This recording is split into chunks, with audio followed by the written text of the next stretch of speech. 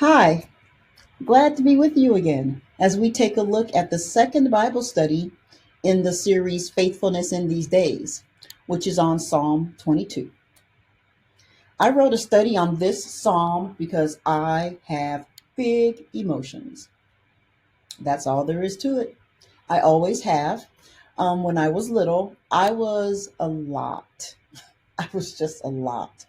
And I grew up right on the edge of the parenting era when people were realizing that being seen and not heard maybe wasn't so healthy for children. And so, as an adult, adult perspective and therapy have helped me realize that feelings are really important.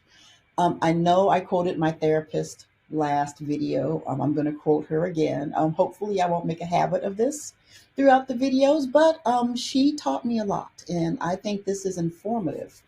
She would have to remind me over and over, Denise, feelings are not facts. They are not facts, but they do give you information about how you see the world, about boundaries, about how you're being treated, things that you can check and then see if they're true or false.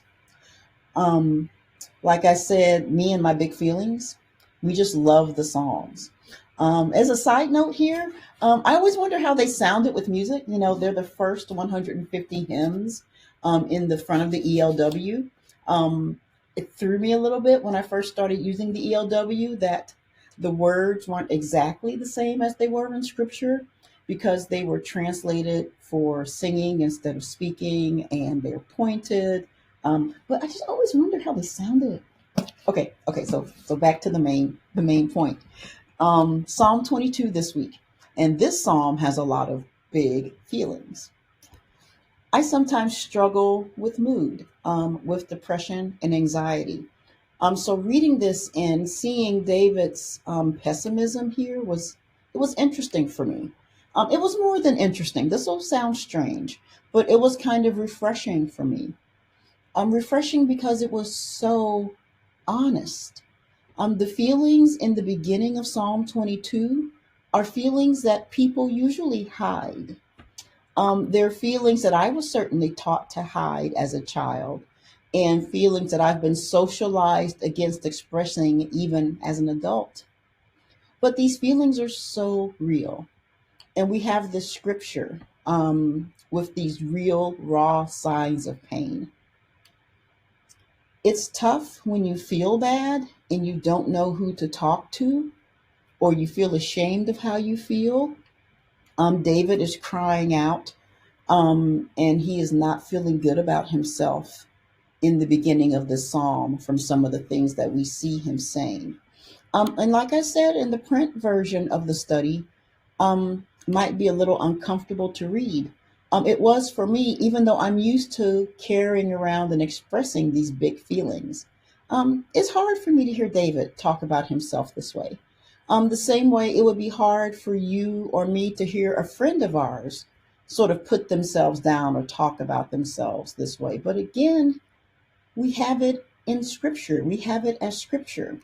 And it shows us David's humanity. I think that all of this points to the fact that we all need a place where we can be honest about even the vulnerable stuff, about even the hard to hear stuff.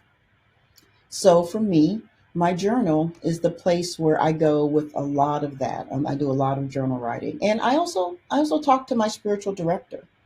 Maybe you have a partner or a family member that you can share those things with, or a close friend you can call up and talk to in times like that. It is okay to need and to seek out that kind of deep, heartfelt listening. It's okay. You have permission.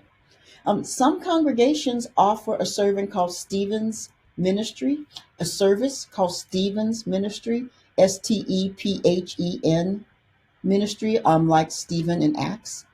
Um, Stephen Ministry is something you can ask your pastor about if you need it, as a way of having another congregation member, a lay person, sort of walk with you during a difficult time. If you are someone who has the gift of deep listening, and walking with others, you might want to consider Stephen's minister training. I fully believe those gifts are needed in the church. And we also see some lament in this psalm. And I feel that lament is an important practice spiritually because it's a way that we can collectively process grief. There's a whole book of the Bible, you probably know, called Lamentations. People react to Lamentations kind of the way they react to Job, with this kind of, oh, here comes the depressing stuff, here comes the slog. And, I'll be honest, it's not the lightest reading. And I don't want to be overly simplistic, but lament lets us know what is missing. I actually wrote an article for this for one of the magazines of an ELCA seminary about how important lament can be as a way to get people connected to talk about difficult things. I think the honest naming of feelings and issues, especially when it's not always easy, is really part of what it means to be faithful in these days. When I wrote this Bible study, I was really self-conscious about the whole thing just being a downer. Like everything I was going to draw out about David's grief was going to be depressing. All the reflections on that grief were going to be depressing. Asking you all to think about it was going to be depressing. Connecting it to Good Friday on some level was going to be a little depressing. All of that, so much so that when I got to the yet, the place where the psalm starts to turn, it comes as a relief, because regardless of what happens, and especially when it doesn't feel like it, God is still holy and God is still on the throne. I am happy to have this video moment to reiterate what I said in the printed study, that yet, that turning point is not supposed to be an easy wiping away of sadness. It is not a get out of grief free card. It is not a turn that smile upside down. There is grief, and God is holy. David is expressing despair, and God is holy. This is a little kind of both and. We have that Lutheran both and. This is almost like advanced both and. It is not easy.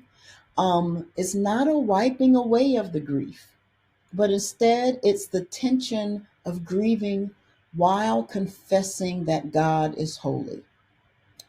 That is hard, which is why I believe this psalm is so important. This psalm is David's witness to the love of God existing through the hardest times. And this psalm models for us that tension.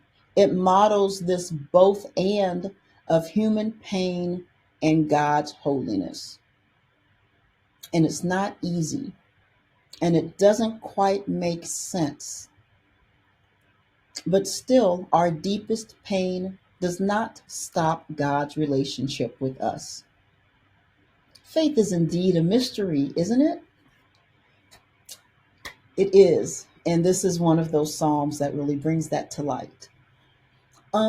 Walk gently with this Bible study and hold the feelings of those in the group tenderly as you all read and talk together.